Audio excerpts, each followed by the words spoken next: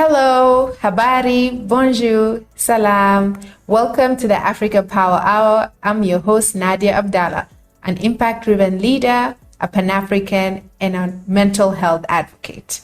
The African Power Hour is a Pan-African virtual storytelling network where we talk about everything to do with Africa, everything to do with innovation, everything to do with financing, investment, and so much more. Now, today's episode is a very, very exciting episode, but informative as well. We're talking about everything to do with financing, investments, and pretty much anything in between to get you through to the passive income that you're looking for in the future. I am here with someone who is a very good friend of mine, but also a personal person who has impacted my life when it comes to financing and investment. None other than Maureen Atsiaya. So Maureen is, as I said, an advisor to many, including myself. And for firsthand, we know how passionate and committed she is when it comes to empowering people in their financial journey.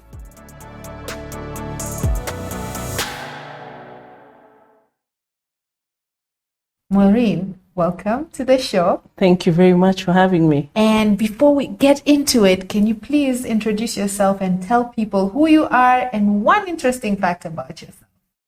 All right. So again, thank you very much for having me. My name is Maureen Atsiaya. I am a financial advisor. When it comes to, making money, understanding money, I'm the go-to person. I've been doing this for close to 10 years now. And yeah, something interesting about me. Wow, I love rock music a lot. Wow. Yeah. Oh my God. I had a phase of rock music. In fact, I was a goth at some point. Really? Like black lipstick, very dark makeup. You're serious? Yeah, one time. But we left that journey quite behind. And speaking of journeys, I want us to go into the journey to being a financial or investment advisor. So can you share with us how you became one and what sparked your passion for guiding others towards financial success? All right. So interestingly, my background is actually in journalism. Oh, wow. Yes. Okay. So once I finished with my bachelor's in journalism, I had a short stint at a local TV station called GBS TV. Now we were being told, you're not on a permanent basis. I used to be there just shortly as I also look for other opportunities. So now, since things did not go extremely smooth then, I stumbled into finance. That's how I would look at it. Because now I was told by a friend of mine, as you're looking for other opportunities, come this side and just see what you can do maybe in the field of finance or insurance. And at first I was quite skeptical, having a background in journalism, then you're told jump onto finance. But I said, let me just, do it to be busy. And actually I have never looked back because I look at it now. Journalism helped me when it came to public relations, just interacting with people. And then now the finance bit is what I have passion in doing. Oh, yeah. Okay. That's interesting. And now that you've said that, so how was your transition from journalism into finance? Well, they're not even that very far apart because when I was doing journalism, I was still speaking to people. I was a people person, when it comes to public relations and all that. So now in finance world is where I got to actually sit down like one-on-one with people and help them in their financial journeys to help them to make sure that they achieve those goals that even I as an individual longed to have. Okay. Yeah. Oh, okay.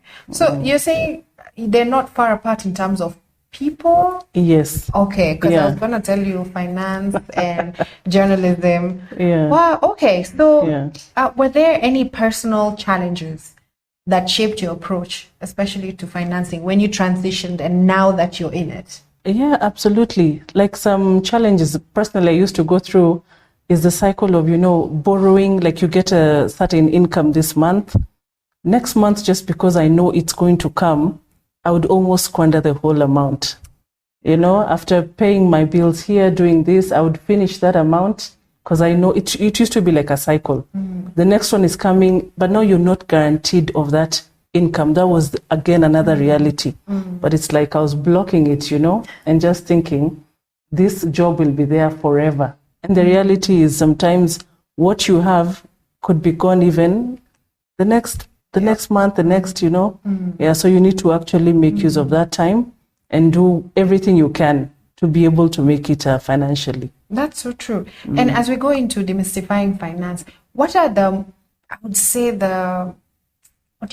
stereotypes about financial or investments that you face a lot when you approach people or have personal experiences with them?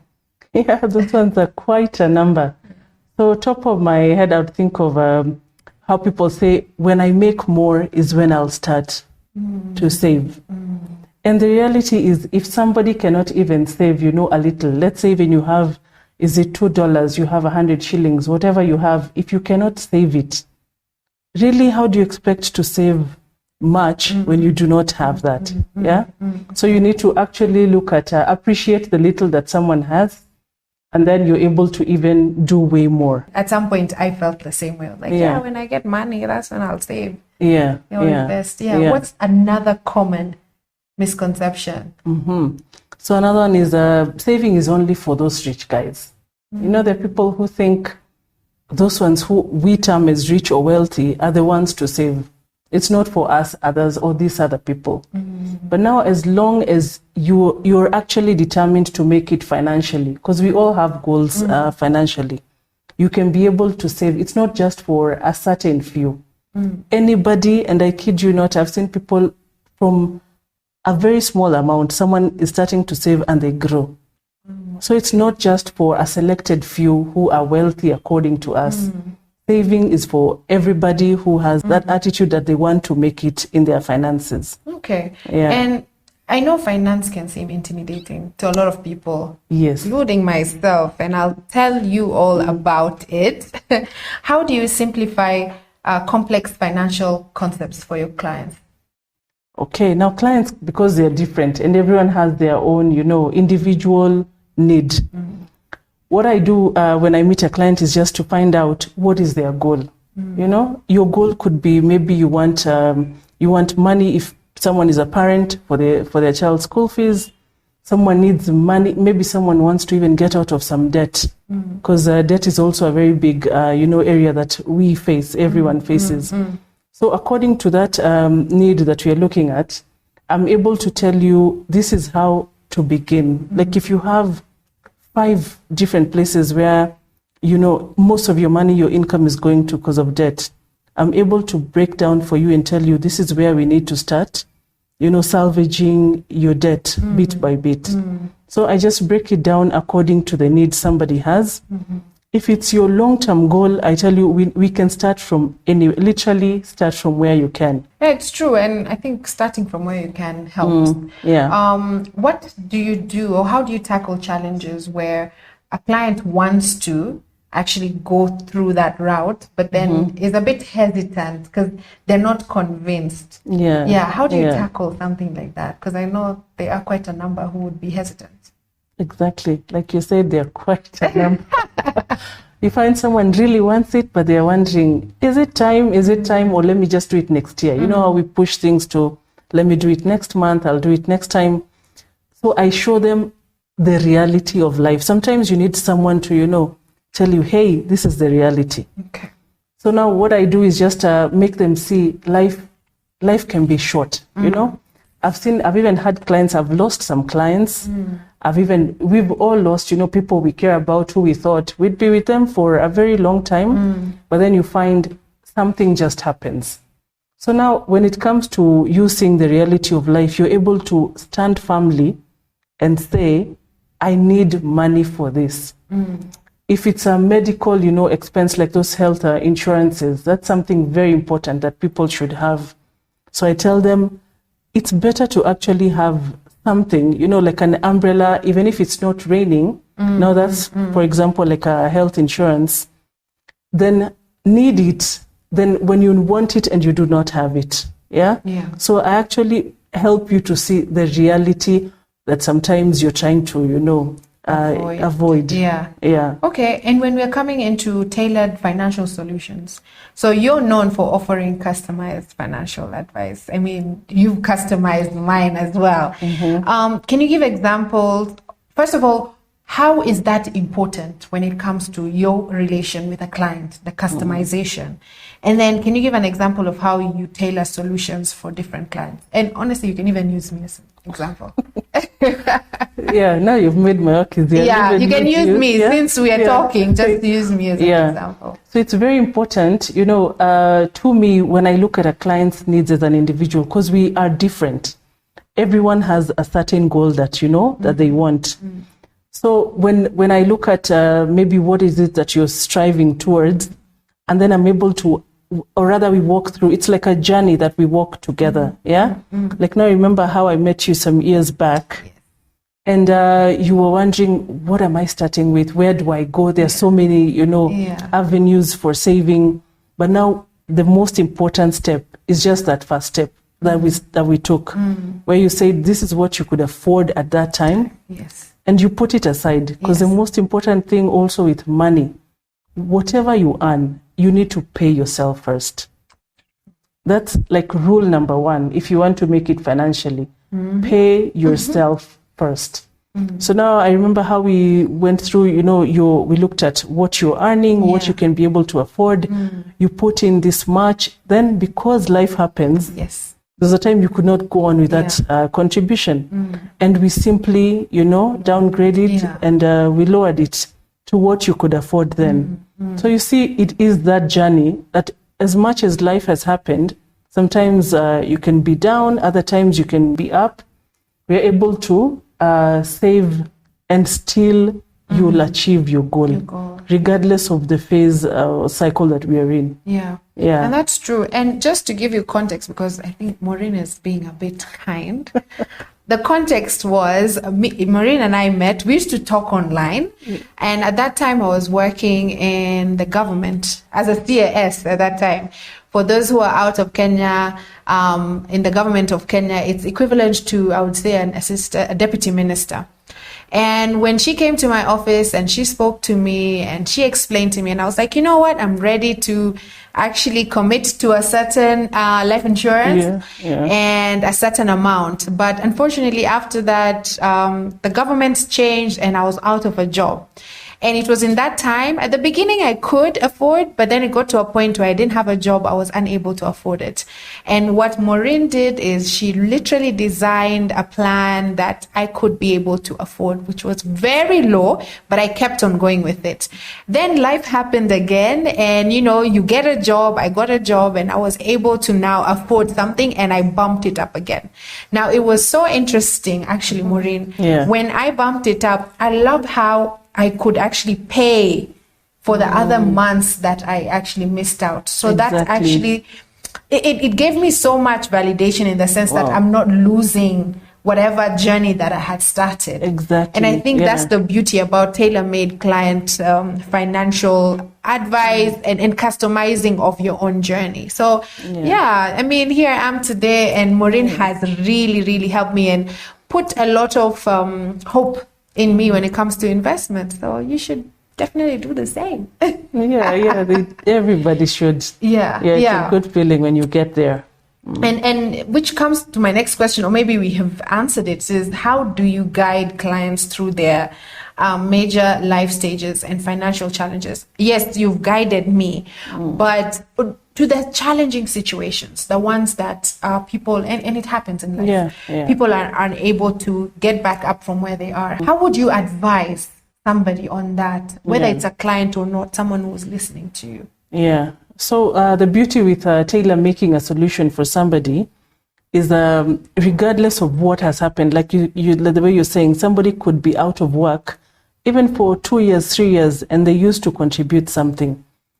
So there are plans where we put a pause, like you can actually take a short breather, like you pause from contributing. And then when things are looking up, 2 years later, 3 years later, you can bounce back. So meaning you will not have lost whatever savings or investments you had put, some years back. Yeah, because I met somebody just, when was it? A few months ago. She had taken up a plan. 4 years later, things went south for her, health-wise, work-wise. So she took a break for almost 5 years. Okay. But now the fact that things are really looking up for her now, she's able to bounce back. Nice. And from the 4 years investment that she had, it was not lost. Wow. So she's simply like, going on or, picking up where she left off. Only that now she'll be paid at a different period because of that, the years that she never contributed. Yeah. But the point is this, whatever seed, you planted, it's not in vain. Okay. Yeah. Okay. And that's important, which brings me to financial empowerment in Africa. Yeah. And what are some unique financial opportunities you've observed in Africa generally? All right. So now, in Africa, I would say we're in a very digital space right now. Even I was talking to a friend of mine the other time, and we were thinking, now is the time where even insurances, investments should be done, at the touch of somebody's phone. Gone are the days where we go, we fill out forms, for a certain investments that you're taking.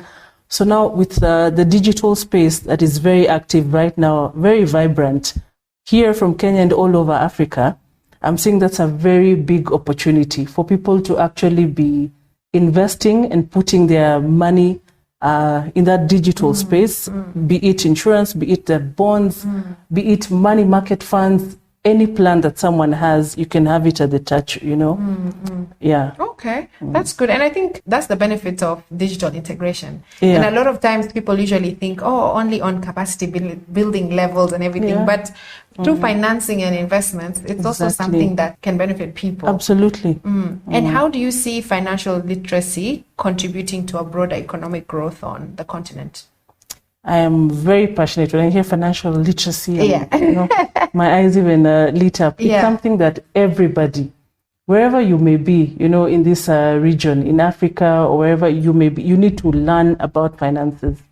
You cannot ignore finances, You say you'll be busy at work, you're going to be doing this, you'll be reading, and you ignore finance. So financial literacy is what sets you up even to go to a higher level in life. Regardless of where you begin in life, it doesn't matter where you went to school, which is of course important. But once you take a hold of your finances and actually, be serious about them, that literacy can catapult you to be someone that you even admire now. Yeah. Okay. And who should acquire financial knowledge or literacy? Like, is there a certain age, or do you think some people are too late for it? What I believe with finance, it is never too late. Yeah. Okay. So actually, when people are in school, even in the curriculum, that thing should be embedded in us, It should. I feel like some of us, we've made bad financial decisions because it's never there. I don't know if you realize. Exactly. It's never, the information is usually never there. Exactly. There you're saying. Yeah. Someone could be, struggling. They're wondering, how do I make a move here? But they don't have that information. But had they begun, somewhere in school, like there's a lesson we're being taught. We're taught about, these are the things, the math, the languages. Finance is part of our life. So that information should actually be in curriculums. That's what I believe. Oh, that's true. Yeah. And I want us to dive deeper into overcoming barriers. And what are the biggest obstacles people face in reaching their goals, like in financial goals? And how does Maureen help clients overcome that? Yeah. So some of those obstacles, I would say, they're usually about somebody's mindset. I would not really, put blame on somebody else. Because with money, to win with money, it's mostly about your mindset. Some people think if they read 100 books on finance, they're going to get a grasp of it. But now the behavior is what you need to, to actually work on. Okay. Yeah? Because behavior is not something very easy to just, teach anybody. Yeah. It has to really stem from you. You really have to want it. You have to want to win.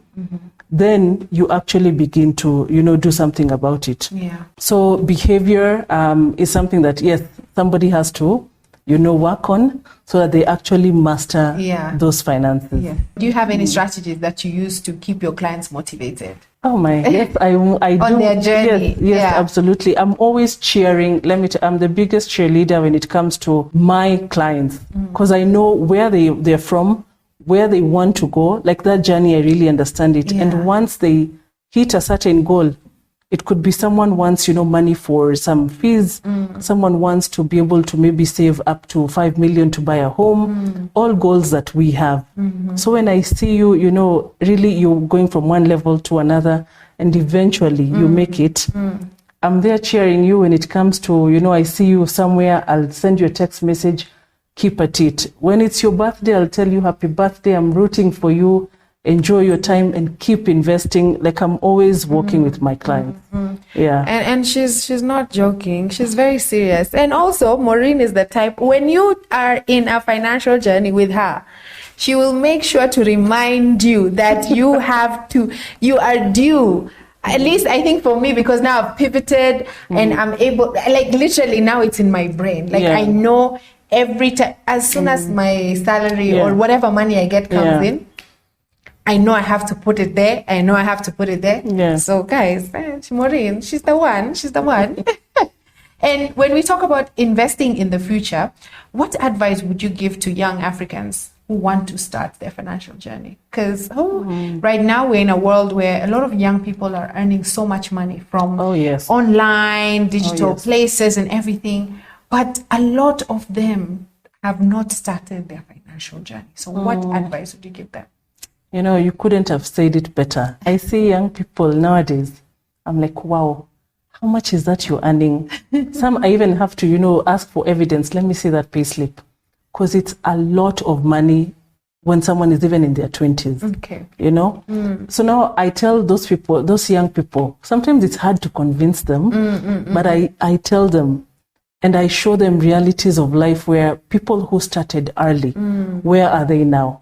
Because sometimes you'll say, let me wait until I'm 40, 50, but you'll have to put in so much, like triple the work then.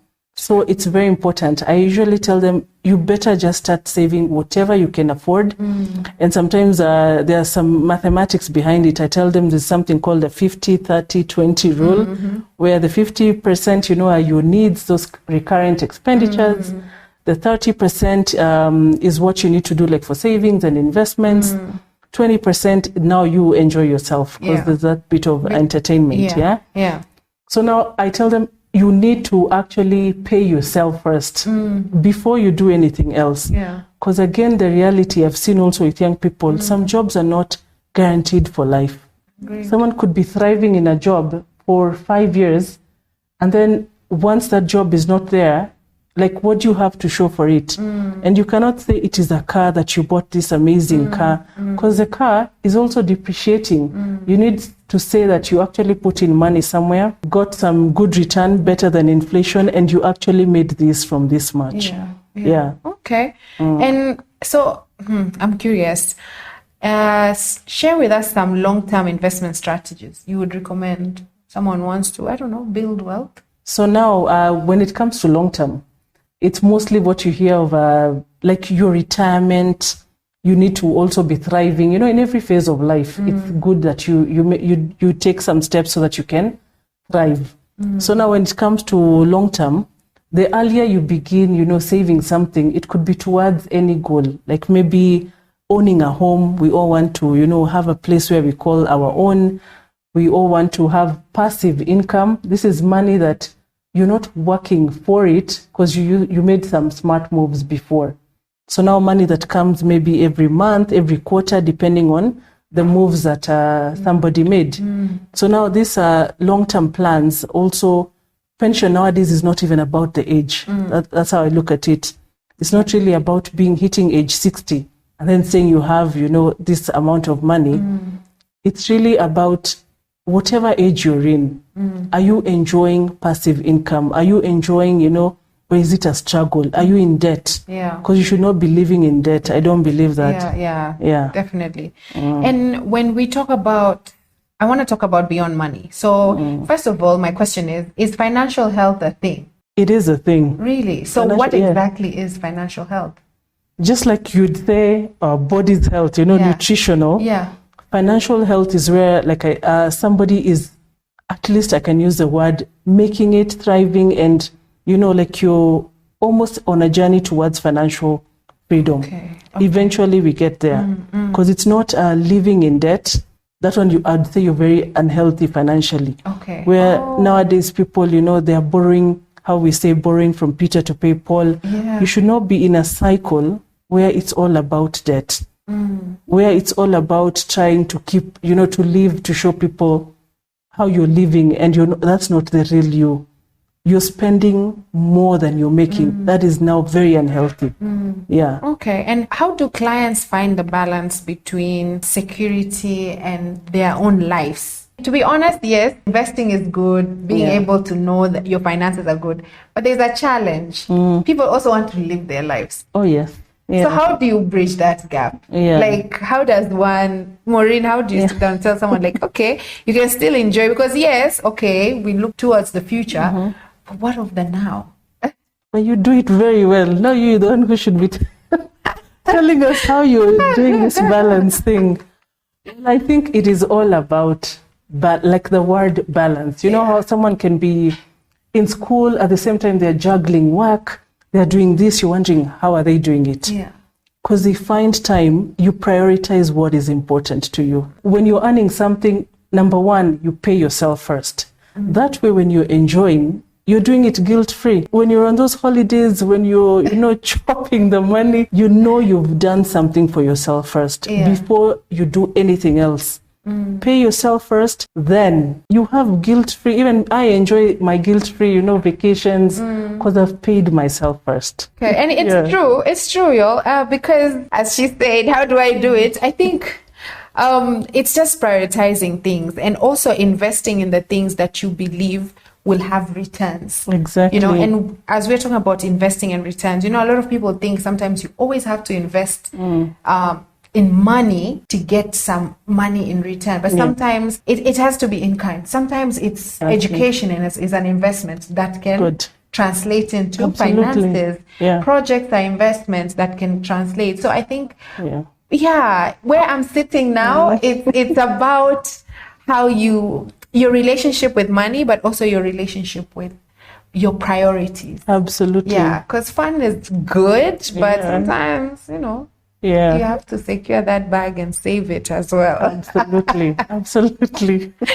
And what role does financial planning play in helping people achieve their personal goals, actually? Because, and I ask this question in the sense that, as I said, people struggle, a lot. But then you also highlighted that it's important to know what it is that you want, what it is you want to achieve, priorities. Exactly. But what about people who are unable to even prioritize? Yeah. And I'm talking about people who are out of reach from Maureen. What would we tell these people, or how do you think they can tackle this particular issue? Because I would say where we sit at, we're also privileged, right? Absolutely. So what are the alternative ways in which people can save, invest? And we just had a conversation about women as well. Yes. What else can people do beyond the textbook? That's a very good question. I think people should look for other people who are maybe like-minded. I could have a friend who also believes in saving and investment, and I could have another friend who doesn't believe in that. They're like, no, you only live once, there's no need for tomorrow. Now it's up to me to decide. I will hold this hand of the person who, we are like-minded, so that we can do something together, regardless of what it is. We can be putting, even a kitty. We say, this is what you have in your income per month. Maybe this is what I'm earning quarterly, depending on whatever we're doing. And we say, you know what? Let's set a target. Let's set a goal to do this for maybe 1 year. And you'll find with like-minded people, you'll actually achieve that goal.